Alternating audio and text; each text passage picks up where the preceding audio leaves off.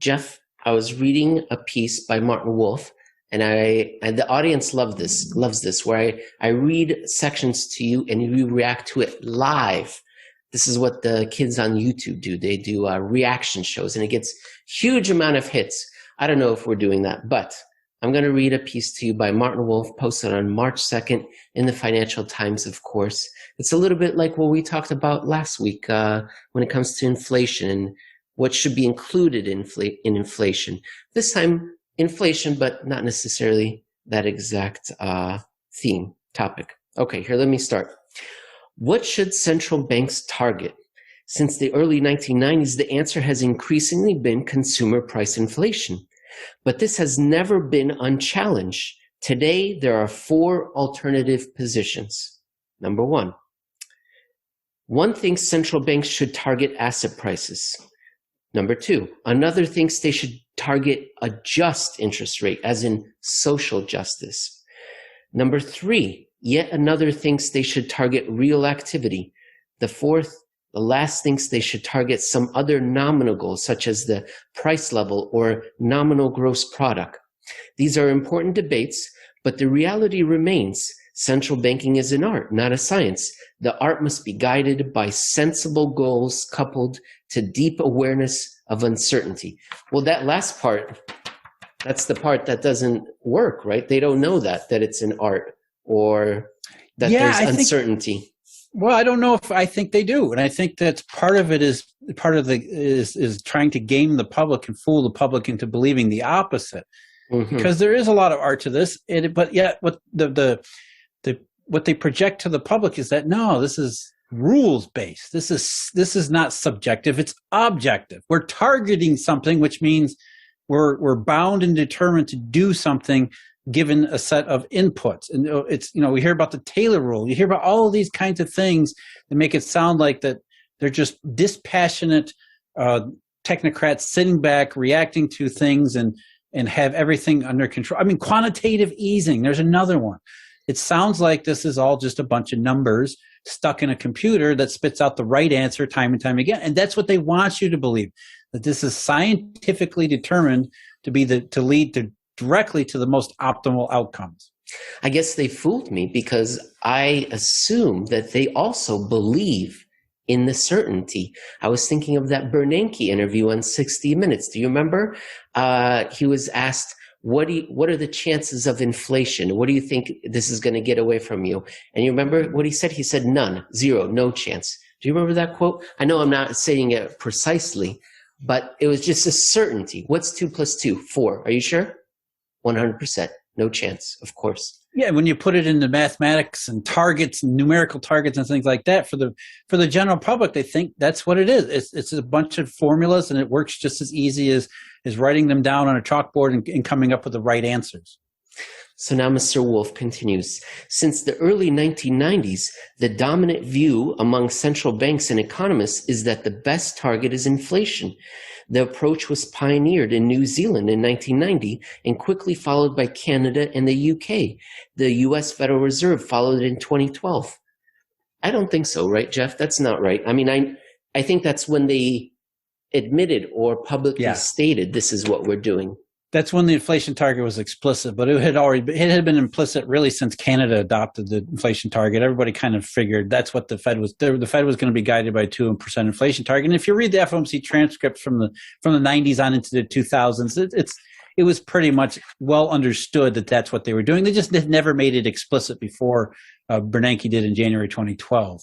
So yeah, they had decided that this inflation target, it must work well because look, great moderation. Things seem low inflation, rapid growth, globalization, trade, all these positive benefits. We're going to take credit for it. It must be the inflation target, right? It had to have been monetary policy that got everything right. It couldn't possibly be anything else like random good luck or anything.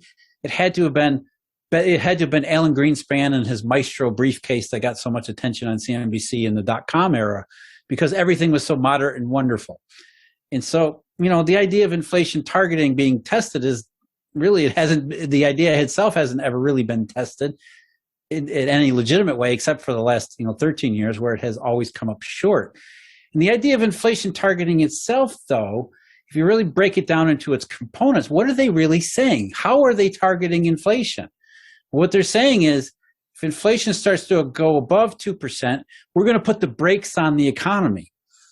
We're going to raise an interest rate to reduce economic growth until inflation comes back down to our target. But is that really how it worked? Was it Alan Greenspan raising and lowering the federal funds rate, or the ECB? Was it the ECB when it showed up in '99? Was it moving the corridor up and down? Were these short-term interest rate movements and interest rate policies really responsible for supporting the economy or putting the brakes on the economy and therefore leading to a benign inflation environment? Is that really how it worked back then? Jeff, I have a question. So the inflation targeting was later, but before that, in the 1980s, what was it that the Fed was doing?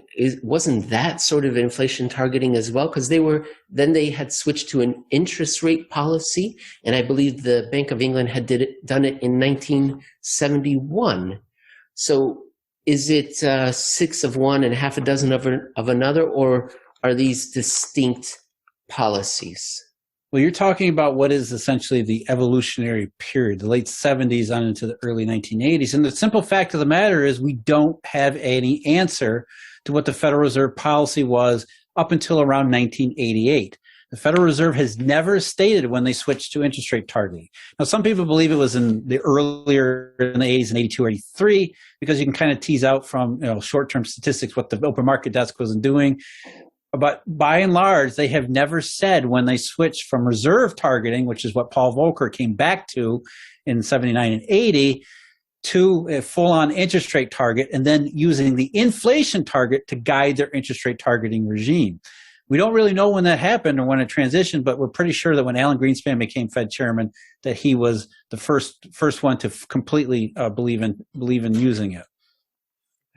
So that was all about what central banks are doing right now. But let's talk about the alternatives. One alternative is targeting asset prices. And for example, gold or Bitcoin is what Martin Wolf mentioned earlier. But now he's saying the New Zealand government has, for example, just told its central bank to target house prices. People who think this often assert that explosive rises in asset prices feed inequality and create macroeconomic instability. Here's a little bit more. Here's the on asset prices targeting here. There are at least 4 strong objections to targeting asset prices. First, since asset prices are volatile, targeting them would make monetary policy highly volatile and so generate great macroeconomic instability. Second, nobody knows what the right equity or house price or level of private indebtedness should be. Third, central banks must in any case take asset prices and debt growth into account in assessing the state of the economy. Last, if central banks want to influence asset prices or leverage, they should use a wide range of regulatory tools instead. Yeah, do we really want central bankers to say this is the price for housing? I mean, it's completely, utterly subjective. Yes, they can throw a bunch of regressions at you and say, we've determined these are the optimal figures, but really they're just throwing darts at a board and saying, this is what we believe the asset prices should be. And why on earth would anybody want a central banker stating anything even close to something like that? And I understand what the point is, but the overall point here, kind of spoiling your ending here, is that, look, the reason we're even talking about this is because these targeting regimes haven't worked. They've come up short time and time again. They've led to a whole bunch of contradictory types of results. Stock markets go through the roof while the real economy's in the toilet and can't seem to get out of it. That's why we get no inflation. And really, nobody stops and seems to ask the question they should ask before any of these others. It's not what should a central bank be targeting, but how do they even target anything? How do we get from monetary policy to the real economy? What does the transmission mechanism really look like? If the Federal Reserve creates bank reserves, how do bank reserves affect housing prices? Well, nobody has any answer to that whatsoever. So it's not like you can say, well, the Fed prints money and that money ends up in houses, therefore we're going to target the level of house prices because working backward, that must be attributable to what the Federal Reserve printed money. If that was the case, why don't we just target the money that the Fed prints? Because let's save ourselves the trouble and just say this is the amount that we need. But going back to what we said earlier, is back in the 70s and 80s, the central banks realized we can't even define money, let alone target it.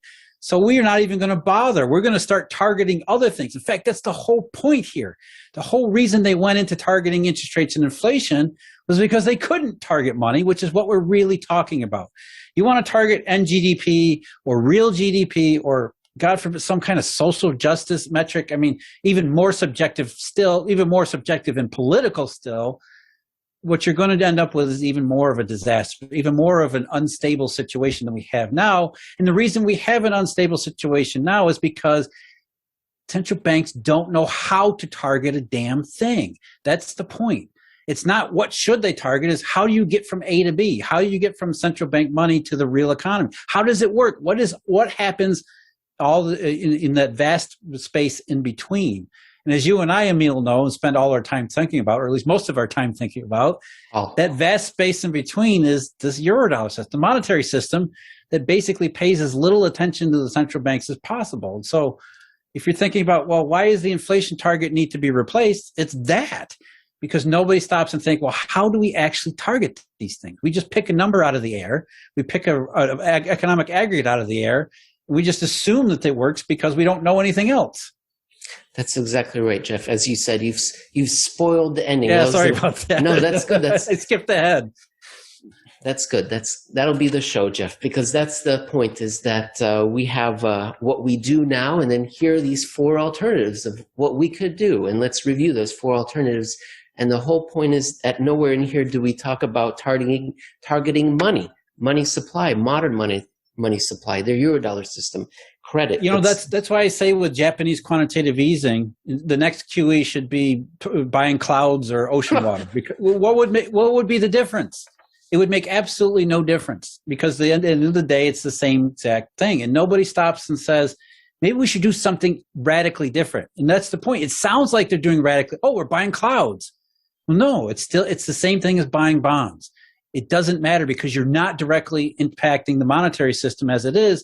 And as we talked about in our other podcasts with the 1930s and the banking system, pay attention to what the banking system is telling you, because they're telling you why the inflation target is coming up, and nothing more than the fact that interest rates are low. They're saying, yes, you want to target an interest rate, give us some damn money and we'll do it. And by we mean the banking system, not the central banking system, because the central banking system has essentially made itself almost obsolete, maybe even completely obsolete, because it let monetary scholarship go by the wayside. It let its technical proficiency dwindle for the last half century. And the fact that they're targeting anything other than money absolutely proves what I'm telling you. They don't know how to target money, so they moved on to other things. Let me finish up then. In sum, today's broad approach to central banking is clearly the least bad. That does not mean it is easy to operate. Central banks must always be alert, but nobody should imagine there exists an alternative regime that will solve all the difficulties. Central banks will make mistakes, but they must keep it simple. Jeff, that's a pretty bad closing argument, right? Yeah. This is what we have, and you should never imagine something better. I mean, that's not quite the point I think he was trying to make, which is, hey, these are the best we have, and they keep failing time and again, that we're dissatisfied with the results, so maybe we shouldn't think about getting other people who maybe have different ideas.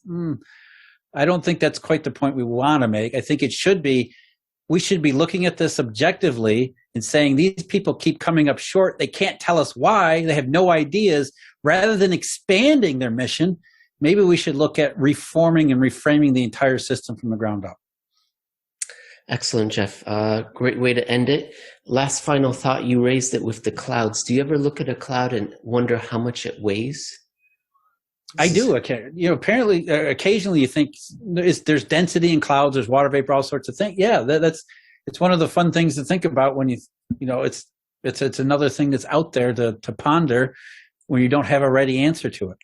On the one hand, you think you could just, for a moment, you'll think, well, it doesn't weigh anything. It's floating in the air. But then, yeah, I suppose there's density in something. I bet you those things weigh several million pounds. Yeah, and I think that the reason why it's attractive to think about is because in what we do with monetary scholarship, it's the same kind of thing. The difference between sort of objective reality and perception, right? The perception is a cloud must weigh nothing. It must be, completely weightless, and how can it float up there? When the reality is there's so much substance and detail to it. When you actually get into the substance and detail, you learn quite a bit. And you also learn constraints and limitations and things that are very helpful, and other things of maybe guarding your perception about other things. Love it. Who would have thought that this is where we would end up? But QE Cloud. Coming to a Japanese program near you in the near future. That sounds like a wonderful commercial. QE Cloud. Okay. All right, Jeff. I appreciate it. Take care. I'll talk to you later. Yeah, you too, Emil.